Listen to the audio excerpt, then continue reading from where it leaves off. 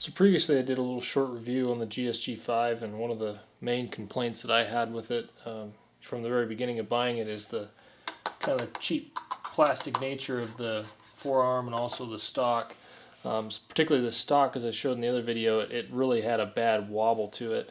And so I decided to do a little project today, and I wish I would have recorded the process, but I didn't. Basically what I did is did what you would do to bed a rifle into a stock, but I did it with the stock here. So I have it unscrewed just to show off. But basically what I did is I took and I masked all around the opening here to the stock, and then took an X-Acto knife and cut it out, and then took some car wax. Normally you can use floor wax, but I took this car wax and just took it on my finger and put it sort of over where the masking was as well, and just kind of on the edge here so the glue wouldn't stick. And I used a JB Weld 2-part epoxy.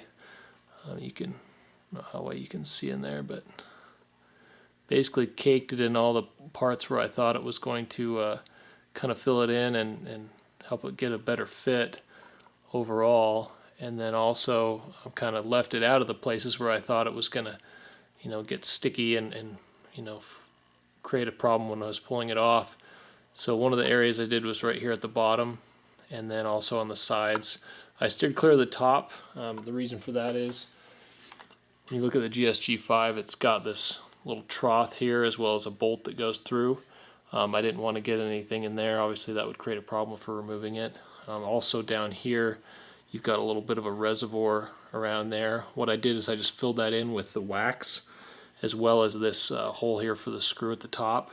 So any place where I thought it could get glue behind and get caught, I went ahead and filled in with wax, and then I took and I just waxed all the surfaces on the outside and on the inside of the action here, so that it wouldn't stick.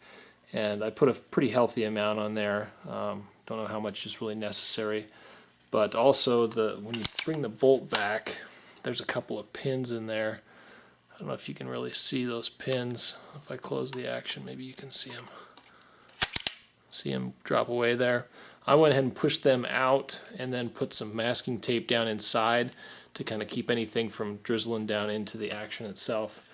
But so here you can see a little bit better where the epoxy went in and filled in these two troughs right here, and then also right here is really, it was a side to side that it was very sloppy. And then I went in and filled in at the bottom to take any slop out of the up and down. And then also over here on this trough, as you can see.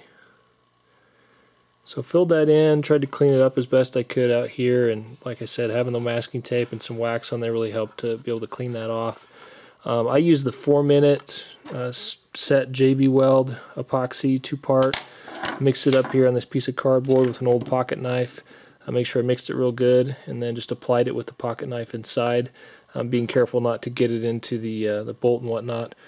Also, the little bolt that's used to fasten the stock onto the rifle, I went ahead and coated that with the wax as well. As you can still see, there's some left on there.